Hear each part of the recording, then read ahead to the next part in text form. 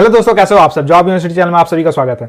ESIC, UDC, steno and MTS के post को लेकर एंड एग्जाम को लेकर कई कैंडिडेट्स का सवाल है। अलग अलग कैंडिडेट्स का अलग अलग सवाल है, अलग अलग डाउट्स है। तो उन सारी डाउट्स को मैं इस वीडियो में क्लियर करूंगा, तो आप वीडियो को पूरा अंत तक देखना और आपके जितने भी क्वेश्चन है, जितनी भी क्वेरीज है, सबके आंसर आपको मिल जाएंगे। उसके बाद भी अगर आपकी कोई क्वेश्चन रहती है तो आप मुझे कमेंट करके पूछ सकते हो। तो मोस्ट कॉमन क्वेश्चन है एज कैलकुलेशन को लेकर कि एज किस दिन के अकॉर्डिंग कैलकुलेट की जाएगी। तो इन्होंने ऑलरेडी मेंशन कर दिया है कि 15 फरवरी 2022 के अकॉर्डिंग आपकी एज कैलकुलेट की जाएगी। जैसे अगर आप जनरल कैंडिडेट हो एंड आप यूडीसी के पोस्ट में अप्लाई करना चाहते हो तो अप्लाई करने की मैक्सिमम एज 27 ईयर्स है। अगर आपकी एज 27 ईयर्स से ज्यादा होती है 15 फरवरी 2022 के अकॉर्डिंग तो आप अप्लाई करने के लिए एलिजिबल नहीं हो। नेक्स्ट क्वेश्चन है, क्या फाइनल ईयर कैंडिडेट्स अप्लाई कर सकते हैं। तो देखिए, इन्होंने क्लियरली मेंशन कर दिया नोटिफिकेशन में कि अगर 15 फरवरी 2022 के पहले तक आपके पास क्वालिफिकेशन की रिजल्ट है, आपने क्वालिफिकेशन कंप्लीट किया हुआ है, तो आप अप्लाई करने के लिए एलिजिबल हो। जैसे कि अगर आपने ग्रेजुएशन कंप्लीट किया हुआ है, आपके पास 15 फरवरी 2022 के पहले तक की सर्टिफिकेट है ग्रेजुएशन कंप्लीशन की, तो आप यूडीसी, स्टेनो एंड एमटीएस तीनों ही पोस्ट में अप्लाई कर सकते हो। अगर आपने 12th पास किया हुआ है 15 फरवरी 2022 के पहले और ग्रेजुएशन आपकी चल रही है, यानी कि अगर आप अभी फाइनल ईयर में हो या सेकेंड ईयर में हो, तो आप यूडीसी के पोस्ट में अप्लाई नहीं कर सकते हो, लेकिन आप 12th के बेसिस पे स्टेनो के पोस्ट में अप्लाई कर सकते हो एंड एमटीएस के पोस्ट में अप्लाई कर सकते हो 10th के बेसिस पे।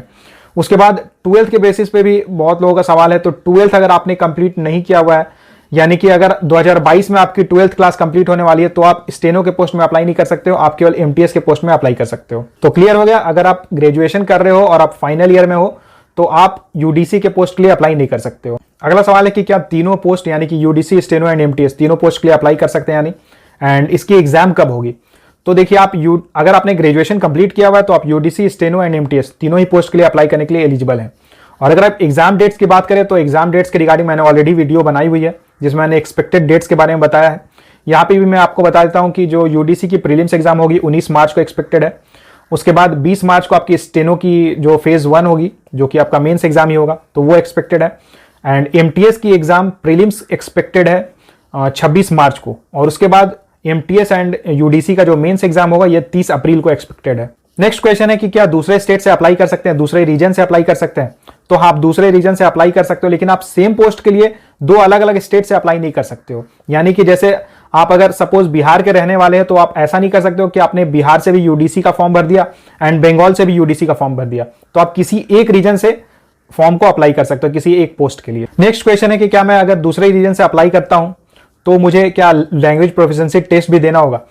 तो आप किसी भी रीजन से अप्लाई कर सकते हो, यहां आपको कोई भी किसी भी तरह की लैंग्वेज प्रोफिशिएंसी टेस्ट नहीं देनी होगी। केवल यहां पे आपको प्रीलिम्स देना होगा, मेंस देना होगा एंड कंप्यूटर स्किल टेस्ट देना होगा, जो कि यूडीसी के पोस्ट के लिए है। एमटीएस के पोस्ट के लिए कोई भी आपको स्किल टेस्ट नहीं देना होगा, केवल प्रीलिम्स एंड मेंस देना होगा। एंड स्टेनो के पोस्ट के लिए केवल आपको फेज 1 यानी कि मेंस देना होगा एंड इसके बाद आपको स्किल टेस्ट के लिए कॉल किया जाएगा। नेक्स्ट क्वेश्चन है कि कंपटीशन का लेवल क्या रहेगा, क्वेश्चन का लेवल क्या रहेगा एंड किस पैटर्न पे क्वेश्चन पूछे जाते हैं। तो देखिए, कंपटीशन का लेवल बहुत हाई रहने वाला है क्योंकि बहुत सारे कैंडिडेट्स इसमें अप्लाई करने वाले हैं। खास करके यूडीसी की जो पोस्ट है ये काफी अच्छी पोस्ट है, सैलरी बहुत अच्छी मिलती है, तो कंपटीशन हाई होने वाला है। तो आपको प्रिपरेशन भी उसके अकॉर्डिंग करनी होगी। और क्वेश्चन का level IBPS clerk and IBPS RRB clerk के जैसा ही रहेगा। तो प्रीलिम्स में क्वेश्चन इजी रहेंगे, लेकिन मेंस में क्वेश्चन मॉडरेट लेवल के रहेंगे, तो उसके अकॉर्डिंग आपको प्रिपरेशन करनी है।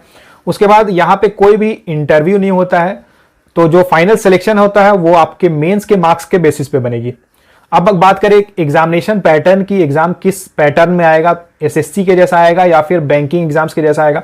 तो एग्जाम का जो पैटर्न रहेगा ये बैंकिंग एग्जाम्स के जैसा रहेगा। नेक्स्ट क्वेश्चन है कि जनरल अवेयरनेस में क्या क्वेश्चंस पूछे जाते हैं एंड करंट अफेयर्स कितने मंथ्स का करना होगा। तो जनरल अवेयरनेस में करंट अफेयर्स से मैक्सिमम क्वेश्चंस पूछे जाते हैं। 50% क्वेश्चंस आप एक्सपेक्ट कर सकते हो कि करंट अफेयर्स के ही रहने वाले हैं।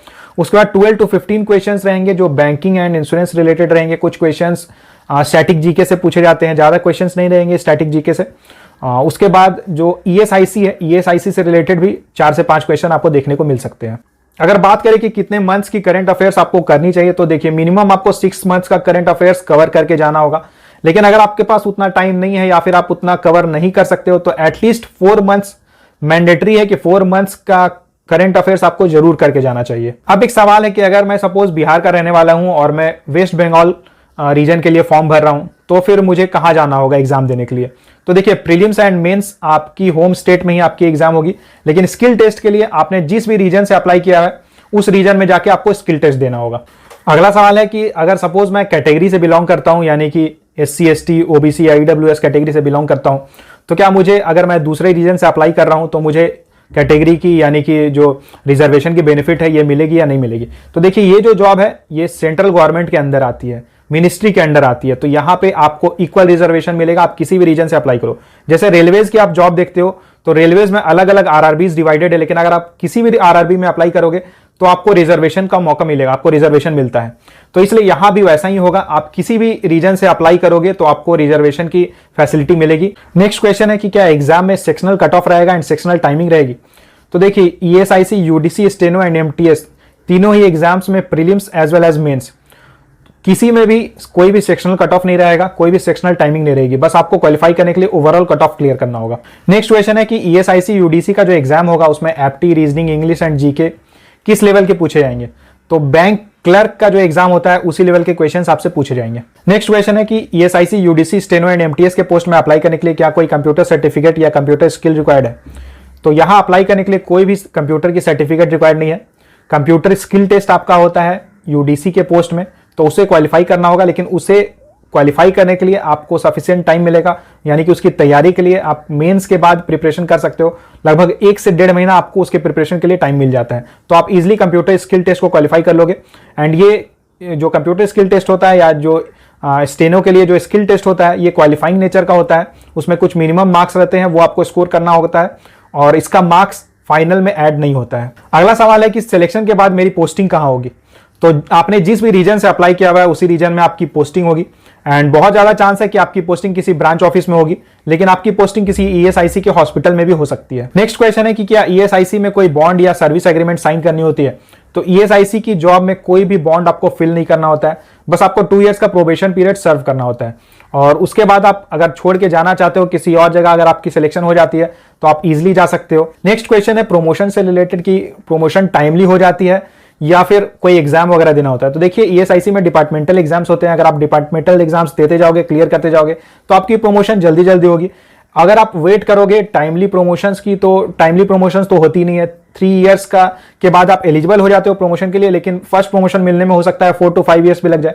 ये अगेन रीजन वाइज वेरी करता है, जिस रीजन में ज्यादा वैकेंसी रहेगी वहां प्रमोशन जल्दी जल्दी होती है। अगला सवाल है ट्रांसफर से रिलेटेड कि सपोज अगर मैं किसी दूसरे रीजन से अप्लाई करता हूं, दूसरे स्टेट से अप्लाई करता हूं, मेरा वहां सिलेक्शन हो जाता है, मैं वहां ज्वाइन कर लेता हूं, तो उसके बाद क्या मैं ट्रांसफर लेकर अपने स्टेट आ सकता हूं, अपने होम स्टेट आ सकता हूं? तो देखिए, यहाँ पे कुछ कंडीशंस रहते हैं, आपको मिनिमम कुछ ईयर्स सर्व करना होता है, उसके बाद ही आप ट्रांसफर के लिए अप्लाई कर सकते हो।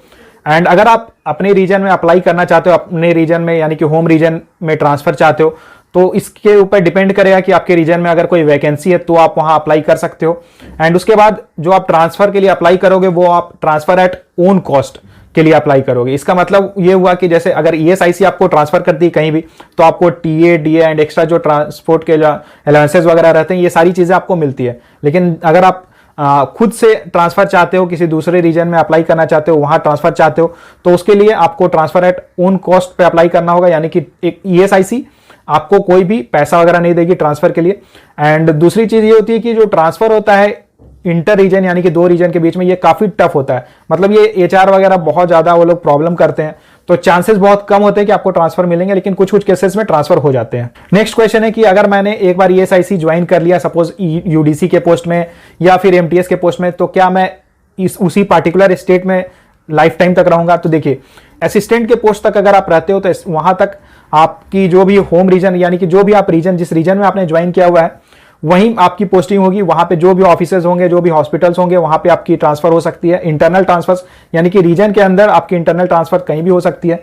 लेकिन अगर बात करें कि all over India, pan India transfer कब होगी, तो पैन इंडिया ट्रांसफर आपकी तभी होगी जब आप ऑफिसर लेवल पे पहुंच जाते हो। तो अगर आप प्रमोशन ही नहीं लेते हो तो उसके आप ट्रांसफर से बच जाओगे, यानी कि आपकी रीजन में तो ट्रांसफर होते रहेगी, लेकिन रीजन से बाहर आपकी ट्रांसफर कभी भी नहीं होगी। नेक्स्ट क्वेश्चन है कि हमें किस स्टेट से अप्लाई करना चाहिए? तो देखिए, मैं हमेशा रिकमेंड करूंगा कि आप ट्राई करो कि अपने स्टेट से ही अप्लाई करो, अपने आपका जो होम रीजन है वहीं से आप अप्लाई करो, क्योंकि होगा कि ये कि जब आपकी सिलेक्शन हो जाएगी, जब आपकी पोस्टिंग होगी, तो बहुत ज्यादा चांस है कि आपके घर के जो नियरेस्ट जो भी ऑफिस रहेगी या जो ESIC के हॉस्पिटल रहेंगे वहां आपकी पोस्टिंग होगी, तो ये आपके लिए अच्छा रहेगा, घर से नजदीक रहोगे। दूसरी बात यह है कि अगर आप किसी बाहर दूसरे रीजन से अप्लाई करते हो तो देखिए, यहाँ सैलरी बहुत ज्यादा नहीं है, 40,000 40,000 45,000 आपको सैलरी मिलेगी। हाँ, क्वार्टर्स वगैरह मिल जाते हैं, लेकिन अगर अगर आप चाहोगे कि बार बार आपको आना जाना करना है घर से, तो ये पॉसिबल हो नहीं पाएगा।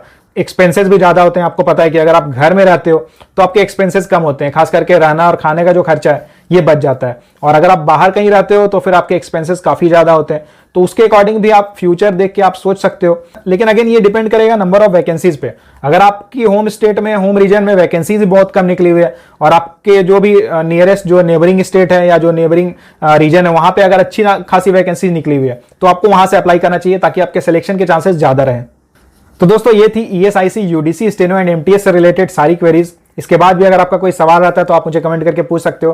तो वीडियो को लाइक जरूर कर देना, ज़्यादा से ज़्यादा शेयर करना, और अगर आप चैनल पर नए हो तो चैनल को सब्सक्राइब करके बेल आइकन प्रेस कर देना, ताकि गवर्नमेंट जॉब से रिलेटेड सारी इन्फॉर्मेशन आपको टाइमली मिलती रहे। All the best.